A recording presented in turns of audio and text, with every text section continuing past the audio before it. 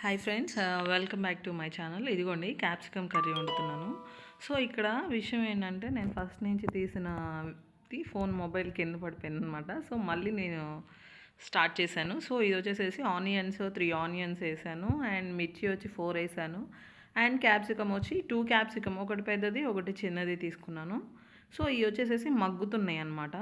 Onions మిర్చి మగ్గిన తర్వాత నేను క్యాప్సికమ్ వేసుకున్నాను. ఇప్పుడు క్యాప్సికమ్ కూడా కొంచెం మగ్గాలి, ఎందుకంటే అది మగ్గితేనే టేస్ట్ కొంచెం మనకి ఆ స్మెల్ బాగుంటుంది. సో ఇదిగోండి, ఇప్పుడు అది మగ్గినాక కంప్లీట్గా నేను మూత పెట్టేస్తాను. సో మూత పెట్టేసేసి ఆ వర్క్ అనేది నేను కంప్లీట్ చేస్తుంటాను. సో ఇంకొకటి ఏంటంటే ఇది మగ్గిన తర్వాత సాల్ట్ వేయాలి.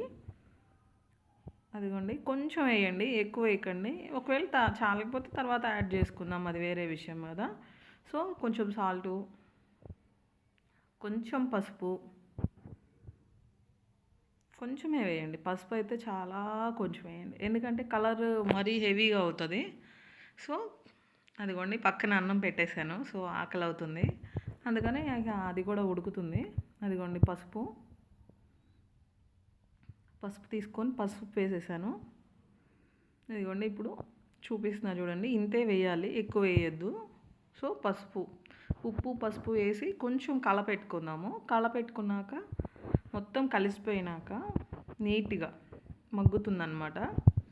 అది మగ్గేటప్పటికి మనం అల్లం వెల్లుల్లి పేస్ట్ వాటి సంగతి చూసుకుందాం. అదిగోండి అల్లం వెల్లుల్లి పేస్ట్ నేను ప్రిపేర్ చేసి పక్కన పెట్టుకున్నాను, ఎందుకంటే చికెన్ వండినప్పుడు ఉంటుంది కదా. సో అదిగోండి కొంచెమే వేసాను. అదిగోండి కొంచెం అంటే కొంచెమే. సో అది వచ్చేసేసి మగ్గుతూ ఉంటుంది.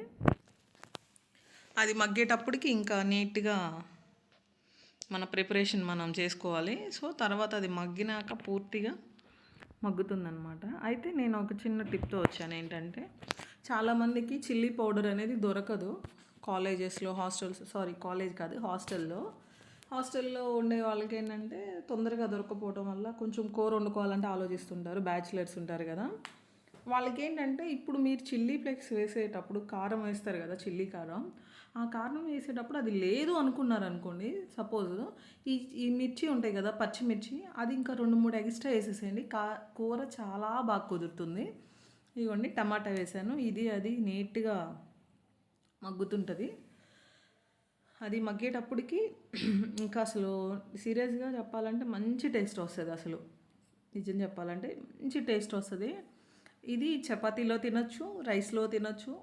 నిజం చెప్పాలంటే అంత బాగుంటుంది. అదిగోండి కొత్తిమీర కరివేపాకు వేసి పక్కన పెట్టాను. సో అది గరం మసాలా, అది నేను ఇంట్లోనే ట్రై చేస్తాను, అందుకనే ఇంకా నేను బాటిల్లో పెట్టుకున్నాను. అదే చెప్తున్నాను మీకు, ఎందుకంటే నేను తయారు చేసుకుంటాను. సో అదేమో పచ్చడి కొంటాం కదా, పికిల్ బాక్స్ అనమాట. సో అది అనమాట. సో అది కూడా మనం కలపెట్టుకుందాము. కారం, ఎందుకంటే నేను ఎన్ని మిర్చి వేసినా కొంచెం అనేది కలర్ఫుల్ నాకు కనిపించాలి కాబట్టి కొంచెం కారం వేసుకుందాం, ఎక్కువ అయితే వేయను. చూడండి కొంచెం ఏంటంటే ఆ రెడ్ కలర్ కనిపించడానికి. సో అది మగ్గిపోయింది, అది జరిగిందనమాట.